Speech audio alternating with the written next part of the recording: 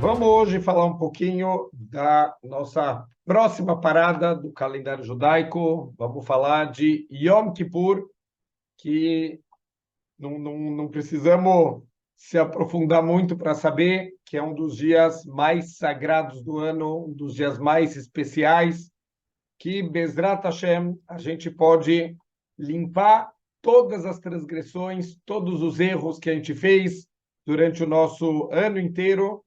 Então, Bezrat Hashem, a gente vai tentar entender um pouquinho qual é a essência do Yom Kippur, da onde vem espiritualmente, qual é a fonte espiritual, qual é a mensagem que o acontecimento aqui da Torá ele vai estar passando para a gente, e com isso vamos tentar aproveitar para sair desse Yom Kippur completamente limpos, completamente purificados de qualquer transgressão que a gente possa ter feito.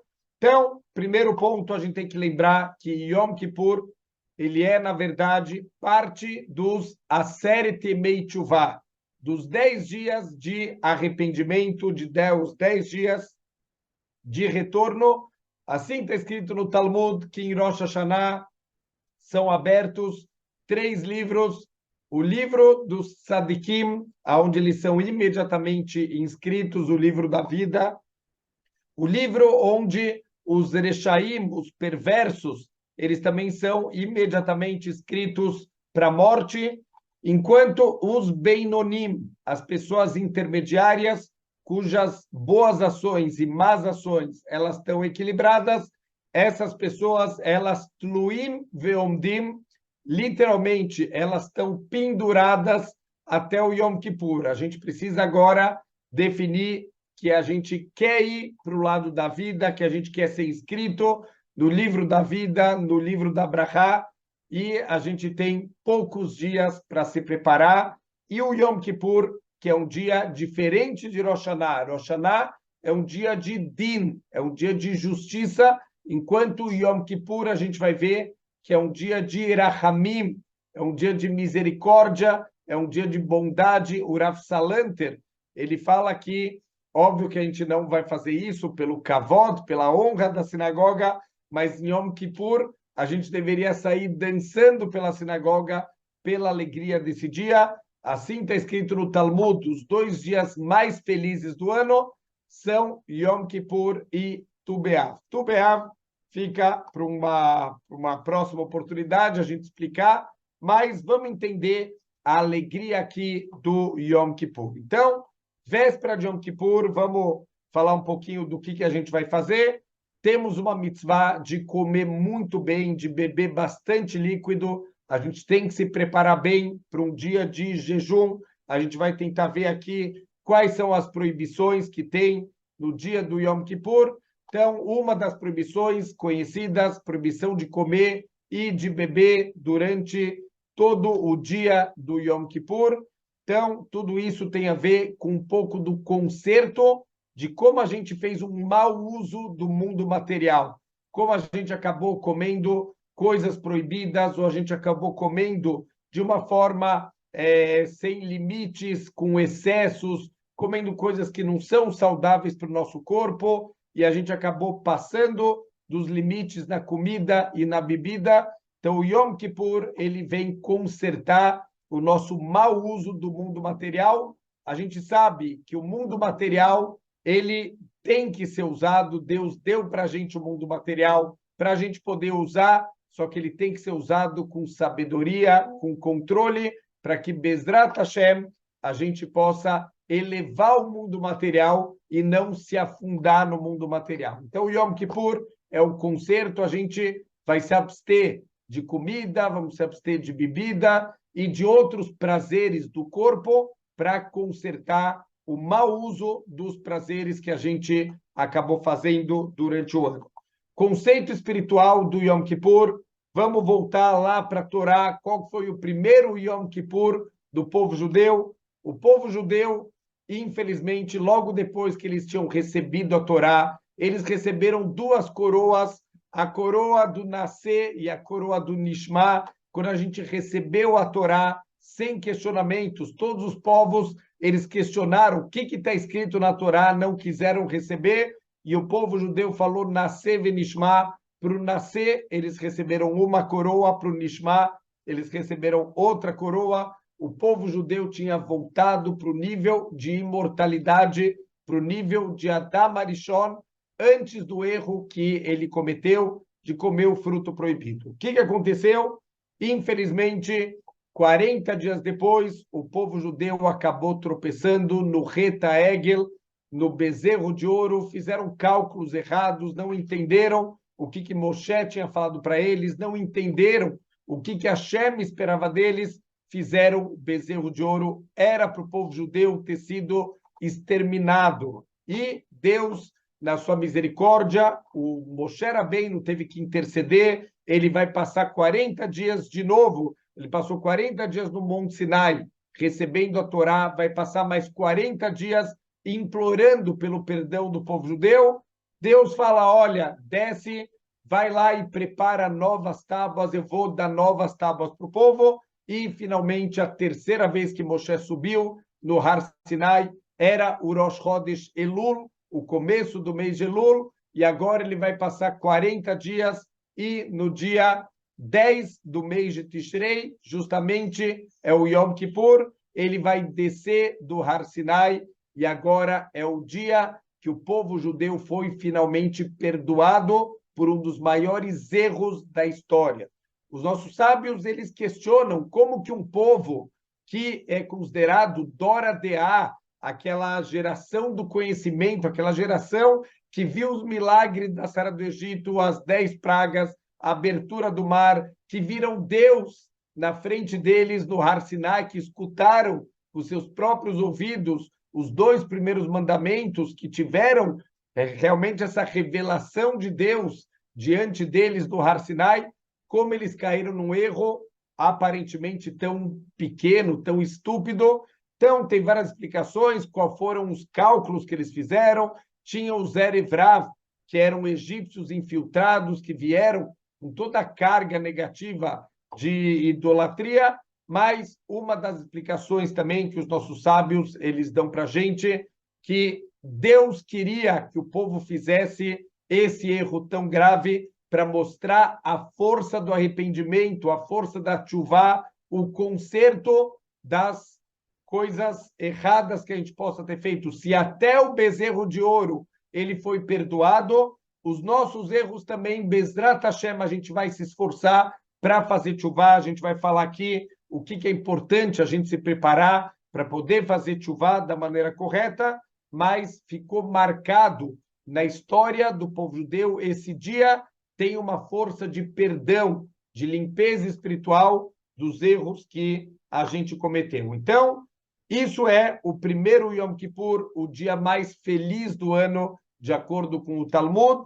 Diferente, Deus nos livre, como muita gente acaba olhando o Yom Kippur de uma maneira equivocada. Infelizmente, tem hoje em dia a balada do Yom Kippur, quer dizer, mais importante do que o Yom Kippur é a festa que tem com open bar depois. Deus nos livre a gente perder, a gente permitir que a gente vai perder a santidade desse dia tão especial. Então, o profeta Yeshayahu, ele fala para a gente, procura Hashem quando ele está perto. É essa época, é esse o momento de procurar Hashem, de se aproximar dele, de se arrepender da gente durante o ano inteiro ter esquecido de Hashem. Uma frase que eu escutei para marcar, para a gente pensar nisso todos os dias da nossa vida. Como pode ser que nesse mundo a gente não tem tempo para Deus, mas a gente quer ficar toda a eternidade com Ele lá no céu depois?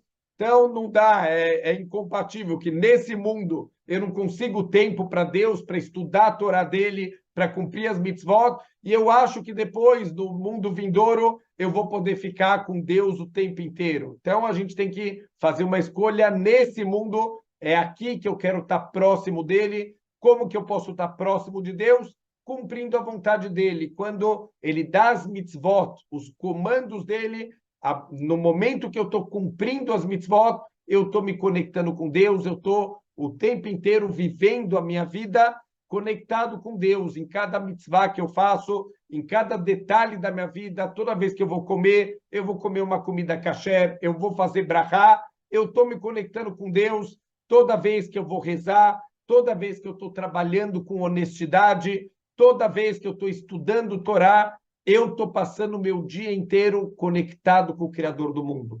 Deus nos livre, durante o ano a gente tem os nossos tropeços, vem o Yetzer Hará, ele engana a gente, ele faz a gente cometer transgressões, a gente faz excessos, a gente passa os limites que Hashem impôs na nossa vida e, com isso, a gente mancha a nossa alma, a gente chega no final do ano, estamos começando já um novo ano, Baruch Hashem, consertamos o principal. Rosh Hashanah foi o principal conserto. Toda transgressão, ela tem dois componentes. Um componente é o erro por si só, que causou, inclusive, essa mancha na nossa alma, mas o erro principal foi a rebeldia contra o Criador do mundo. Hashem te pediu para não fazer, e você foi lá e fez. Hashem pediu para você fazer, você foi lá e não fez. Isso é uma rebeldia contra Deus, isso é gravíssimo, e a gente tem que consertar isso.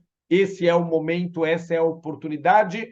Procura Hashem quando ele está perto. Hashem está muito perto da gente nesse momento, e é isso que a gente precisa trabalhar. Temos poucos dias até o Yom Kippur. Vamos tentar trabalhar, vamos tentar refletir, vamos tentar consertar pensamentos de tchuvá, atos de tchuvá. A gente vai ver que vão limpando e vão preparando a gente para que, quando chegar o dia do Yom Kippur, ele possa trazer uma limpeza completa de todos os nossos erros. Então, vamos entender o que é o conceito da tchuvá. Tchuvá, a gente acaba associando pessoas não religiosas que viram religiosas. Também isso é tchuvá, obviamente, mas mesmo pessoas que já cumprem Torah e Mitzvot, a gente sabe que em tzadik ba'aretz asher yasetov velo yechetá, não tem nenhum tzadik no mundo que só faz coisas boas e não erra nada, que não tem seus tropeços na vida, faz parte da vida, Deus sabe disso, Deus conhece o nosso Yetzer Hará, então ele deu para a gente uma escapatória, ele deu para a gente uma maneira da gente consertar os nossos atos. Então, o conceito da tchuvá, tchuvá a gente traduz como arrependimento, mas está errado. A tradução literal de tchuvá é o retorno. Toda vez que a gente faz uma verá, eu saí da estrada, eu saí do caminho correto, eu me desviei do meu objetivo, agora o que eu preciso fazer? Retornar para a estrada para poder voltar para o meu objetivo, que é cumprir a vontade de Deus e chegar na minha perfeição espiritual. Aqui estão me fazendo uma excelente pergunta. Hashem está sempre próximo da gente, óbvio, mas nessa época é o conceito que a gente falou do Melech Bassadeh, o rei, ele está no palácio dele, é difícil chegar no palácio do rei, é difícil procurar ele, tem que passar pelos guardas, tem que passar pelos secretários, a pessoa tem que ter um motivo muito forte, tem que ser alguém conhecido, tem que ser alguém importante para conseguir uma audiência com o rei, mas agora, quando o rei ele vai para o campo, ele está muito mais à disposição, todo mundo que quiser procurar ele agora. Quando ele voltar para o palácio, a gente vai poder acompanhar ele também e poder entrar dentro do palácio dele. Então, é uma época propícia para o arrependimento o ano inteiro. A gente tem que fazer tchuvá, quando a gente faz uma coisa errada, tem que se arrepender, mas esse é um momento espiritual de perdão e de limpeza, e se a gente não aproveitar, durante o ano a gente também pode fazer, mas a gente não tem toda essa ajuda e todo esse potencial de conserto e de limpeza espiritual. Então, a gente precisa mudar de direção.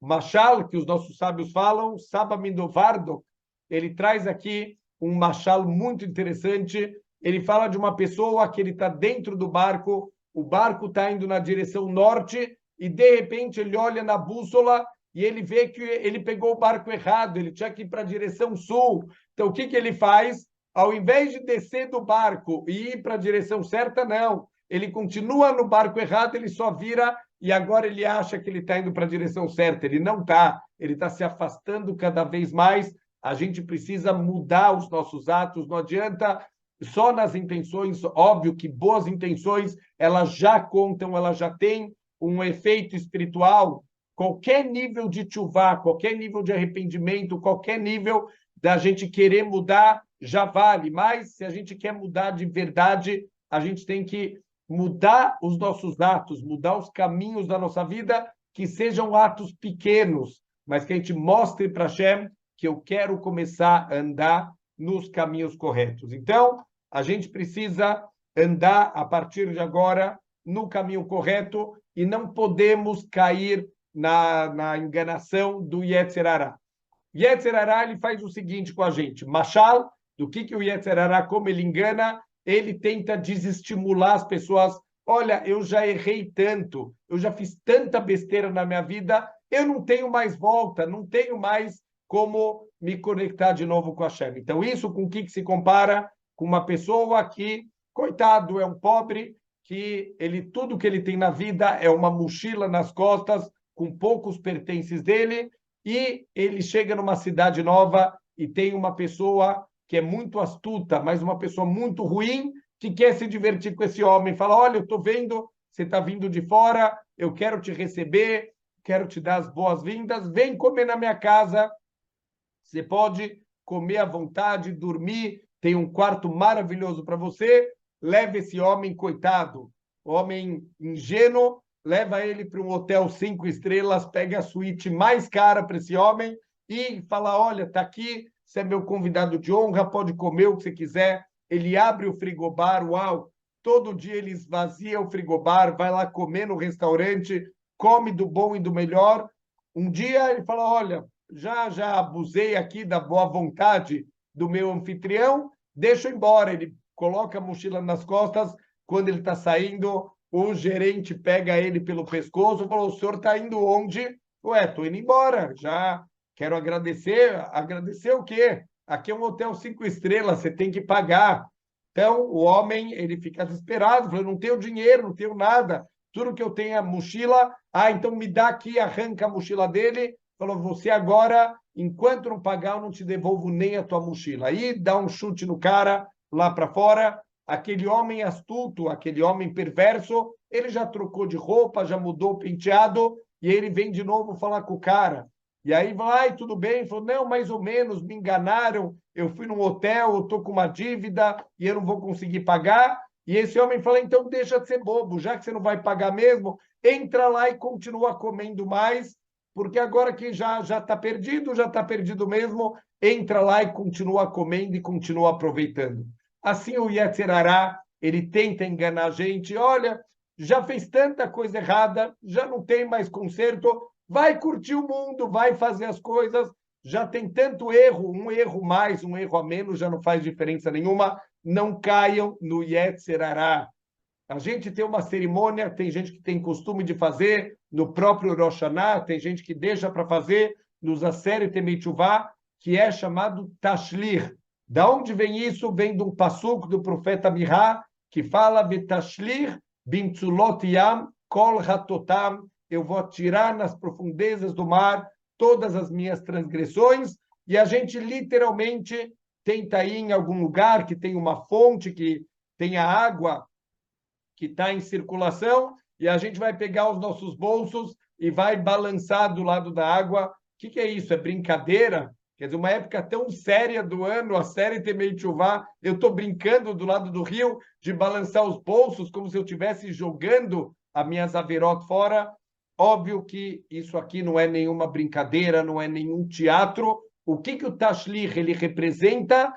A minha vontade de mudar. E eu estou internalizando através dos meus atos que eu tenho condições de me livrar das transgressões. Eu não quero mais ser aquela pessoa que tropeçou, que fez aqueles erros. Eu não queria ter falado tanto Lashon Hará, eu não queria ter feito coisas erradas, mas eu tropecei, mas eu não quero mais ser, eu quero me livrar disso. A gente vai num rio e a gente balança os bolsos para mostrar eu tenho a capacidade de mudar, eu quero mandar essas averotas embora, eu não quero mais para a minha vida esse tipo de coisa, eu quero estar conectado com Hashem. Então, a gente já, através dos atos, não é uma brincadeira. Eu estou demonstrando nos meus atos, Hashem, eu quero estar perto de você, eu quero mudar, eu quero tirar da minha vida todo esse tipo de influências negativas e de atos negativos que eu posso ter cometido. Eu quero começar um novo ano zerado e eu vou daqui para frente me cuidar e eu vou começar a andar no teu caminho. Então, é isso que o Reta Hegel ensinou para a gente. Mesmo uma transgressão tão grande, não desiste, não desanima. É isso que é Yom Kippur. A gente sempre pode recomeçar, vamos limpar tudo e vamos começar do zero, agora muito mais cuidadosos. Então, essa é a preparação, essa vontade de querer voltar, de querer fazer o certo, de estar arrependido de verdade pelas coisas erradas que a gente fez. Existem 4 passos da Tchuvá. A verdade é que o Rabbeinu Yonah, por exemplo, no livro dele, no clássico Sharei Tchuvá, Os Portões da Tchuvá, ele traz 20 princípios da Tchuvá. Aqui seria, entre aspas, os 4 passos mais importantes da Tchuvá. Mais interessante, em algum momento, a gente vê o que o Rabbeinu Yonah ele também acrescenta. Mas vamos ver os 4 passos clássicos aqui da Tchuvá. Primeira coisa é Azivat Ahet. Para de fazer a transgressão. Se você realmente quer mudar, a primeira coisa, para de fazer a transgressão. Com o que se compara? Fala o próprio Rabbeinu Yonah, uma pessoa que encostou num réptil morto. Essa pessoa, ela agora está com uma impureza espiritual, ela precisa ir na mikve. A mikve é a nossa fonte de purificação espiritual. Só que como ele vai na mikve, segurando na mão dele o réptil morto. Então ele mergulha na mikve e está lá na mão dele o réptil morto. Larga o réptil morto, tem que parar de fazer as transgressões, porque senão a gente não vai conseguir crescer. A gente tem que estar decidido, eu quero mudar, eu quero abandonar, precisa ser, obviamente, de novo, não vamos cair na tentação do Yetzer Hará, de fazer a gente, não, a partir de amanhã você não fala mais Lashon Hará, você só faz tudo certinho, você nunca mais vai fazer nenhum erro. Isso é irreal. Isso o Yetzer Hará faz para quê? Para a gente tentar um dia, 2 dias, não vai dar certo, a gente vai desistir. Vamos fazer com sabedoria, passo a passo, fazer uma estratégia, fazer um planejamento. Então, vamos dar um exemplo numa transgressão que, infelizmente, praticamente todo mundo acaba tropeçando, como o próprio Talmud fala, Vekulam beavak lashon hará, todo mundo, obviamente, que não se cuida da maneira correta, acaba tropeçando em avak lashon hará, no pó do lashon hará.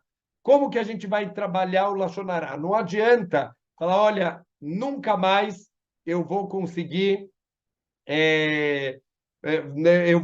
nunca mais eu vou falar lashon hará. Não vai acontecer. Então, vamos começar com um projeto, vamos começar com um plano. Olha, todos os dias eu vou me dedicar 10 minutos do meu dia, eu vou estudar um livro do Hafetz Haim, de Shmirat HaLashon.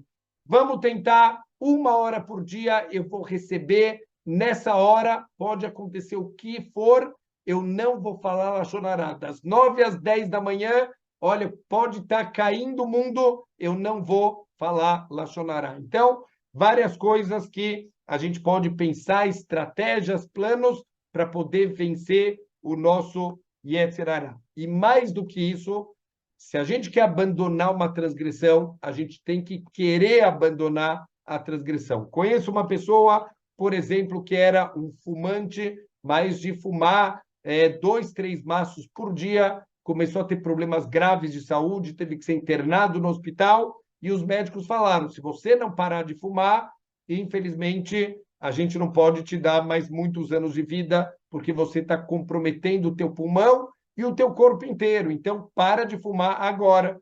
Esse homem ficou meio assustado depois da última internação e ele acabou descobrindo que uma prima dele era dona de uma clínica de desintoxicação para pessoas que querem parar de fumar. Ele foi lá conversar com a prima, era caríssimo a internação, tinha que ficar 1 semana internado, com acompanhamento médico, psicológico, com remédios, é um processo profissional, mas que custava muito caro. Essa prima dele vê que ele não está numa condição financeira muito boa, fala, olha, já que nós somos parentes, eu vou te oferecer um tratamento gratuito. Você pode fazer o tratamento gratuito com uma condição. Eu quero saber o seguinte, você quer de verdade parar de fumar? E ele foi sincero, ele falou, ainda não estou com essa decisão, eu estou assustado com o que aconteceu, mas eu não estou com vontade de parar de fumar. Então ela virou e falou, então tchau, você vai perder o teu tempo, você vai queimar o meu nome, cada paciente que sai daqui e não teve sucesso em parar de fumar é uma contra-propaganda para mim, então tchau, não adianta, porque você não vai conseguir parar de fumar enquanto você não decidir para você que você quer parar de fumar. Então, essa é a coisa mais importante no Azivat Haret, abandonar a transgressão, é a vontade, entender que está errado e eu não quero mais continuar fazendo isso. Segundo passo é o arrependimento. A gente tem que estar arrependido, sentir a dor de ter errado, parar de botar culpa nos outros, que a gente faz o tempo inteiro, sempre foi o outro que fez, o outro que começou, a culpa foi dele. Vamos parar de botar culpa nos outros. Pode ser que os outros aumentaram o seu teste, mas, em última instância, a gente tem livre-arbítrio, a gente faz o que a gente quer fazer. Ah, mas o outro me xingou, por isso que eu xinguei ele. Olha, o fato dele ter xingado está errado da parte dele, mas você tem escolha se você quer ser igual a ele ou você quer fazer o que a Hashem pediu de você. Então, não adianta ficar jogando a culpa nos outros. A primeira coisa é assumir a responsabilidade dos nossos atos. Tem gente que fala, olha, a culpa é minha e eu ponho ela em quem eu quiser. Não é assim que funciona. A gente tem que assumir a responsabilidade dos nossos erros e, Bezrat Hashem, pensar o que eu preciso fazer para mudar. Enquanto a culpa é dos outros, eu não preciso mudar nada. Baruch Hashem, é sempre os outros que fizeram, os outros que começaram. A partir do momento que eu entendo que eu tenho responsabilidade, eu vou querer mudar.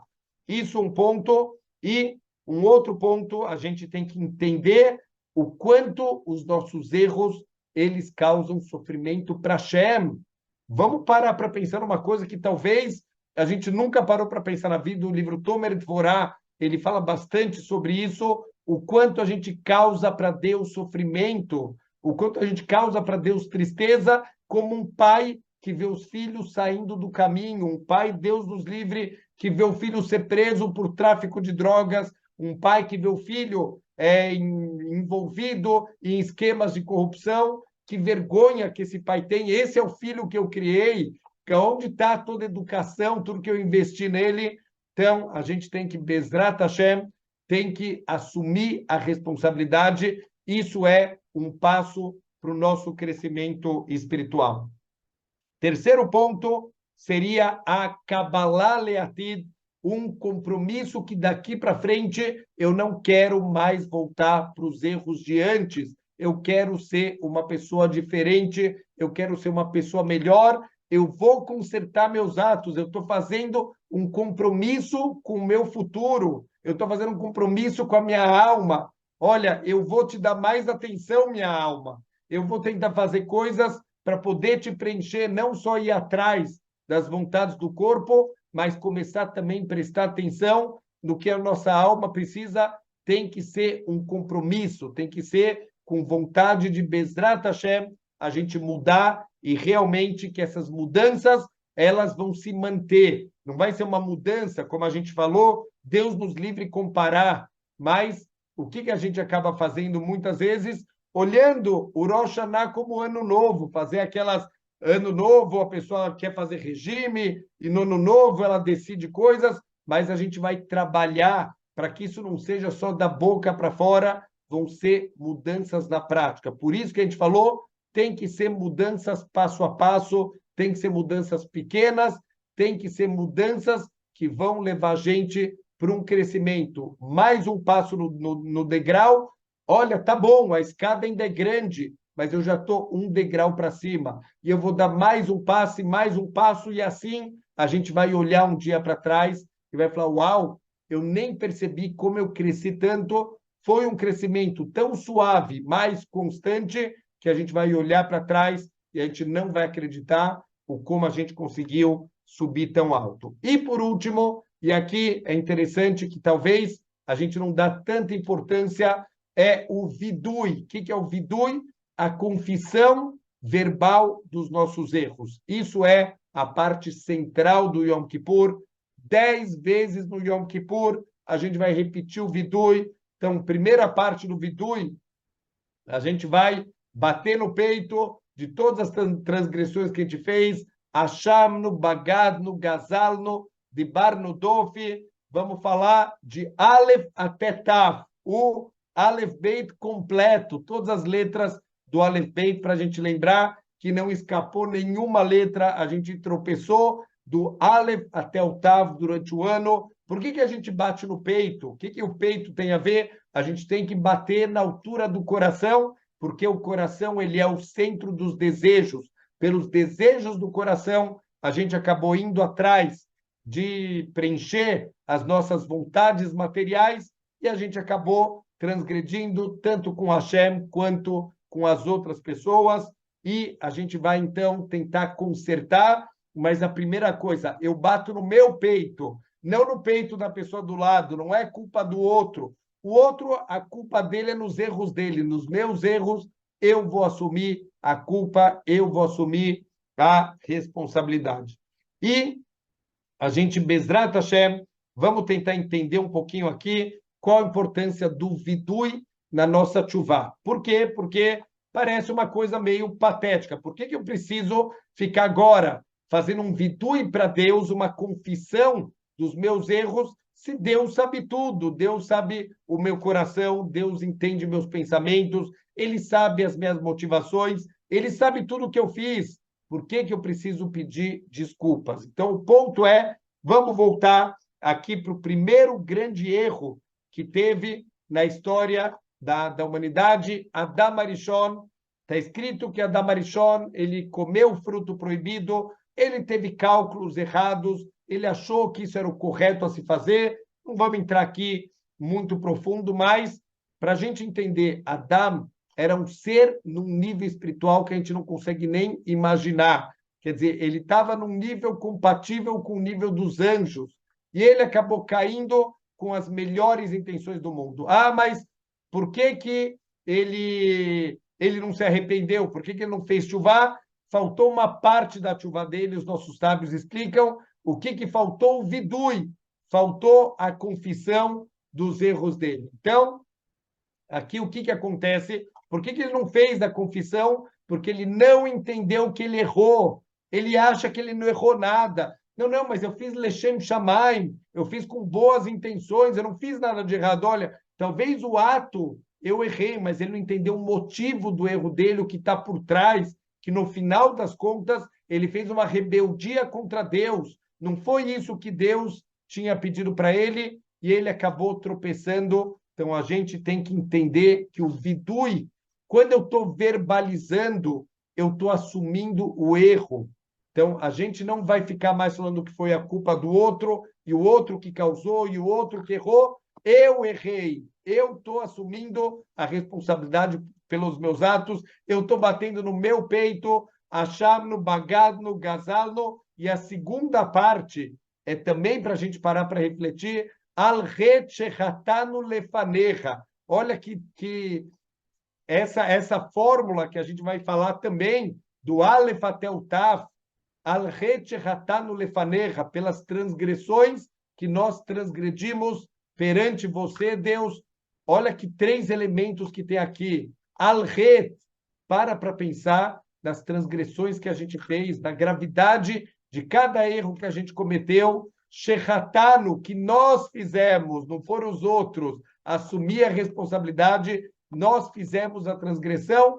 Lefanecha, perante Deus, o Criador do mundo, que só faz bondade com a gente, que é misericordioso, e, infelizmente, a gente acaba tropeçando e pagando o bem com o mal, se rebelando contra ele, fazendo atos que a gente até se envergonha quando a gente para de lembrar, mas no momento que o desejo ele está forte, a gente acaba, infelizmente, tropeçando. Então, o vidui é para a gente assumir. Está escrito assim na Parashá, quando a gente fala sobre as klalot que tem na Parashá Kitavó, logo depois a gente vai falar também sobre Moshe começa a preparar o povo, como que vai ser na entrada da terra de Israel, e ele fala a seguinte ideia: a pessoa que, quando escutar essas klalot, essas maldições que vão vir para aqueles que fizeram coisas erradas, a pessoa que ela se abençoar no coração dela, pensando que, olha, eu estou tranquilo, não é comigo, eu não fiz nada de errado. Esse Hashem não perdoa, está explícito na Torá. Aquele que ele modê, ele confessa, ele assume, vê o Zev, e ele abandona o erro, e Eruham. Esse Deus vai ter misericórdia e vai perdoar. Mas aquele que está em paz com ele mesmo, não, tá bom, Deus é bonzinho, Deus não castiga, e Deus é só misericórdia, Deus é só bondade. Essa pessoa não entendeu que Deus, ele é também justiça, ele é misericórdia, ele ajuda, ele dá prazos para pagamento, ele dá desconto, ele dá chance para você consertar e diminuir o impacto do teu erro, mas existe cobrança. Então a gente não pode viver de uma maneira infantil, como se os erros não tivessem consequências. Isso é viver de uma maneira leviana. Então, isso Deus não perdoa. Alguém que não tem temor nenhum, alguém que não se importa com os erros que ele fez na vida, esse Deus garantiu que ele não vai perdoar. Então, a gente, Bezrat Hashem, tem que ser sincero nesse momento, sentir a dor, pedir perdão, mas de coração completo. Deus me perdoa por ter me desviado dos teus caminhos, apesar de você só me mandar coisas boas, e brachot, e alegrias, e tudo que eu preciso na minha vida, eu paguei o bem com o mal. Tem que doer na gente essa dor de ter se rebelado contra o Criador do mundo, e um Criador tão bondoso e tão misericordioso. Então, temos que saber que mesmo as menores averot, elas têm consequências graves nos mundos espirituais. Na verdade, não sei se existem pequenas averot. Por quê? Porque mesmo as pequenas averot, primeiro, elas têm um pouco aqui da rebeldia contra Deus, isso já é grave o suficiente, e fora isso também, as averot, elas têm consequências nos mundos espirituais que a gente não tem ideia. Então, a gente tem que parar para pensar e refletir quanto a gente precisa estar arrependido e quanto a gente precisa pedir perdão para Deus e verbalizar que a gente assume os nossos erros e que a gente se envergonha das coisas erradas que a gente pode ter feito. Aqui vamos falar de um ponto importantíssimo, já que a gente está falando como se limpar, como ter sucesso no Yom Kippur. Fala o Talmud para a gente, a última Mishnah de Masechet Yomá, do tratado de Yomá, que fala justamente sobre Yom Kippur. A última Mishnah fala o seguinte: erros ben adam lechaveró, qualquer erro da pessoa com seu companheiro, Yom Kippur não limpa, não perdoa, até que você peça perdão para a pessoa e a pessoa te desculpe. Isso tem que fazer uma vez, se não funcionar, tem que uma segunda vez, se mesmo assim não funcionar, tem que uma terceira vez. Tem opiniões que teria que acompanhado de um minyan. Às vezes vale a pena envolver uma pessoa em comum que gosta dos dois lados para tentar apaziguar o outro lado. Temos que pedir perdão e conseguir esse perdão da pessoa, porque se a gente fez errado, se a gente machucou, se a gente causou danos, a gente agora precisa consertar. Yom Kippur não funciona, a não ser que você pediu perdão para a pessoa e foi perdoado. Então, muito, muito importante a gente tentar lembrar se teve alguém durante o ano que a gente falou feio, que a gente passou por cima, que a gente causou algum dano, causou alguma chateação, que a gente deixou a desejar com as pessoas, e a gente tem que pedir perdão para não chegar em Yom Kippur com uma pendência que Yom Kippur não vai poder resolver. Essa pendência, Ben Adam Lechaveró, temos que limpar antes do Yom Kippur. Por isso que é importante, já nessa época, tem muita gente que tem costume, até mesmo antes de Rosh Hashanah, já começar a pensar que tipos de pessoas, do nosso dia a dia eu posso ter errado e pedir já perdão para essas pessoas, não esperar o último momento para pedir perdão para as pessoas que a gente pode ter pisado na bola, pode ter machucado e pode ter causado qualquer tipo de sentimento negativo. Um dos pontos aqui da nossa tefilá de Yom Kippur é um dia, como a gente falou, especial. Ele tem algo único. É o único dia que a gente tem 5 tefilot. É acrescentado mais uma tefilá. Quais são as tefilot? A gente tem a tefilá da noite, o Arvit. A gente tem a tefilá do Shacharit, a tefilá da manhã. Temos a tefilá de Musaf, que normalmente se acrescenta em todos os Yamim Tovim. A gente tem a tefilá de Minha e a gente tem uma quinta tefilá chamada Neilá. Prestem muita atenção, o nome dessa tefilá, Neilá, significa o trancamento. Linol é a gente trancar. O que a gente está trancando? Os portões do Shamaim, eles estão escancarados. É o momento do ano onde os portões lá do céu eles estão mais abertos. É a hora da gente pedir perdão para Deus, para mostrar que a gente quer estar perto dele e a gente quer deixar para trás aquela pessoa que fez transgressões, que foi rebelde. Essa pessoa já não existe mais. É o momento máximo de conexão com Deus, porque depois disso os portões vão ser novamente trancados. Dá para chegar em Hashem durante o ano? Dá, mas é muito mais difícil. Se os portões eles estão escancarados, vamos aproveitar essa oportunidade incrível que tem. Durante a noite, a gente também tem algo diferente das outras tefilot, que é o chamado Kol Nidrei. Na verdade, o Kol Nidrei não é uma reza, o Kol Nidrei é um Atarat Nedarim. Atarat Nedarim é uma anulação de promessas que a gente pode ter feito de forma intencional ou até mesmo a gente pode acabar prometendo coisas de forma não intencional. Então, a gente está fazendo uma anulação de todas as promessas que a gente pode ter feito. Promessa não precisa de testemunhas, nós com o Criador do mundo. Então, isso mostra a nossa responsabilidade que a gente tem que ter, mesmo que ninguém viu, mesmo que ninguém sabe, se tem uma promessa entre eu e o Criador do mundo, esse é o momento da gente anular para que Deus nos livre, a gente não tropece aqui na grave transgressão de não cumprir uma promessa que a gente fez. E na parte da tarde também tem uma novidade, a gente tem também leitura de Torá na tarde de Yom Kippur, que é o único paralelo disso é no Shabat, é o único dia que de tarde também a gente vai ter a leitura da Torá e outros jejuns também, na verdade, a gente lê a Torá também em Minha e a gente vai fazer o Maftir. O Maftir é a leitura que a gente vai fazer das Escrituras, que é feito depois da leitura da Torá. A gente vai ler o Sefer Yoná. Quem é o Yoná? Todo mundo conhece a famosa história do profeta Yoná e a baleia, que ele foi engolido pela baleia, mas não é uma história para criancinha. Tem gente até que acha que tem uma comparação aí com a história do Pinóquio, que foi engolido pela baleia.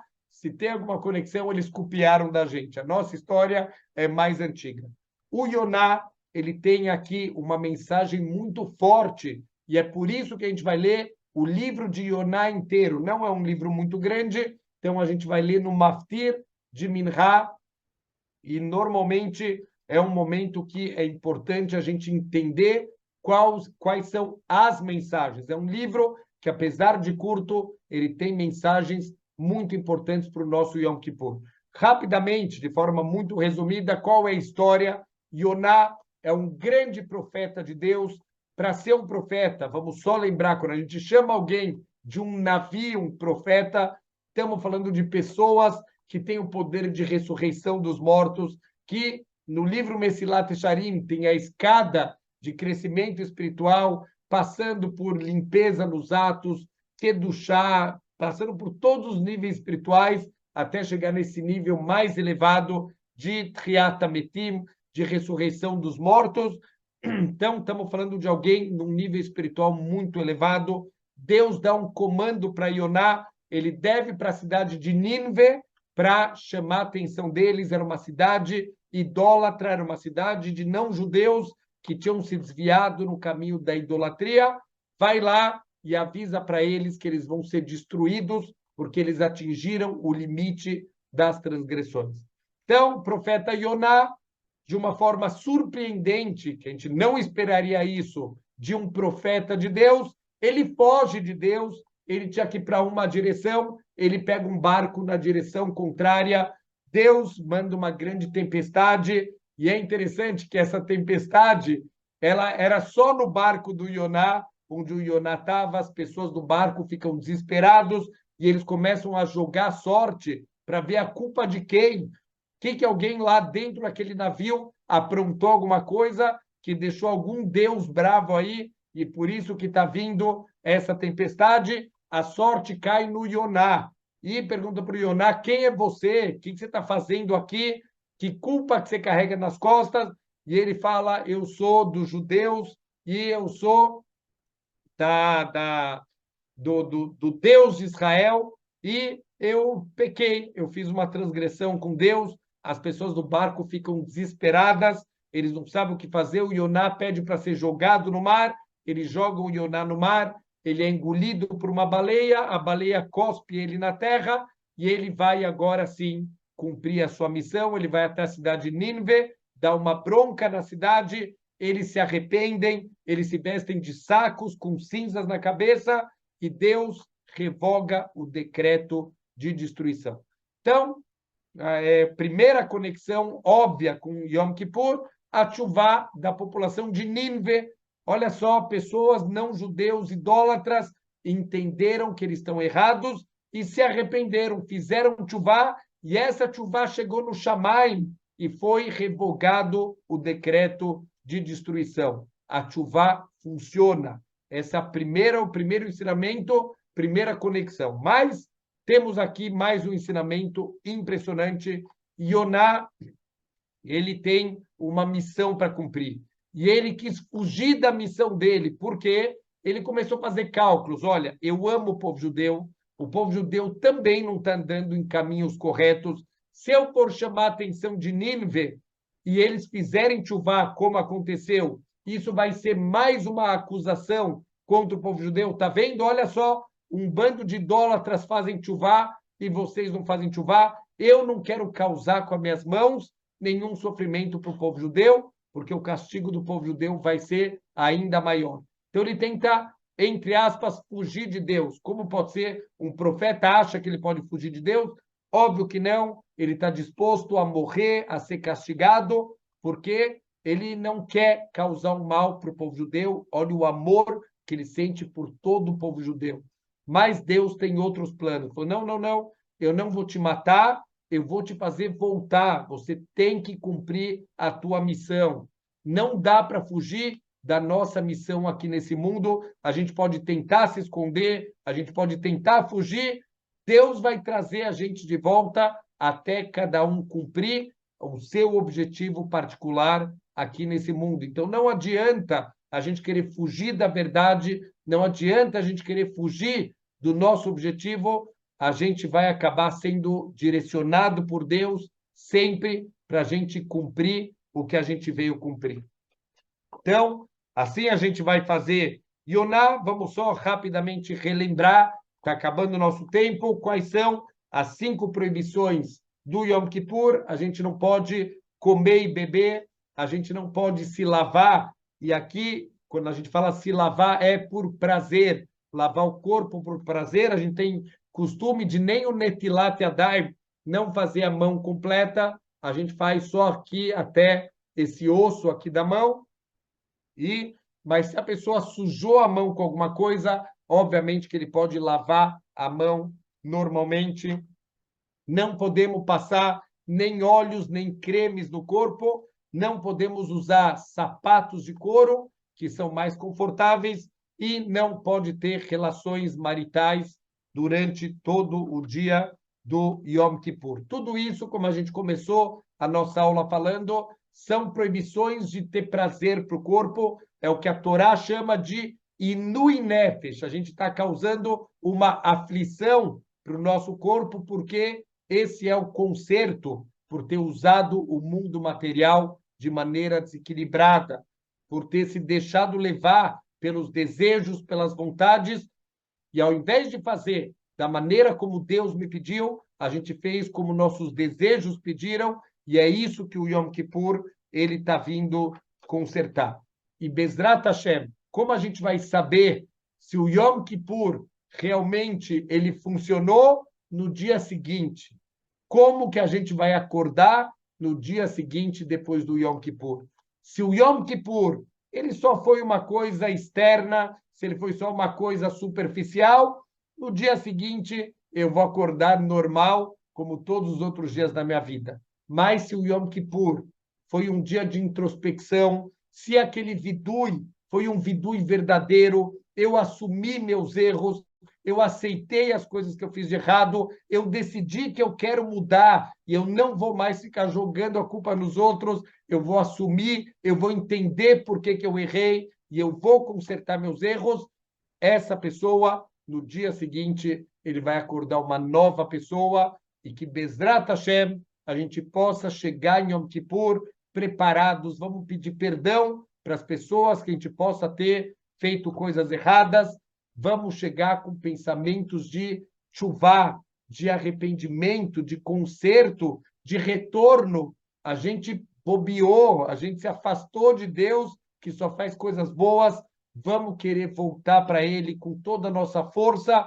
Aproveita que os portões estão escancarados. Bezrat Hashem, que a gente possa ter um Gmar Hatimat Tová, que a gente possa ser selado no livro da vida, no livro das brachot, no livro das alegrias, e que a gente possa mudar de verdade e que Deus mande só brachot e bons decretos para a gente. Gmar Hatimat Tová.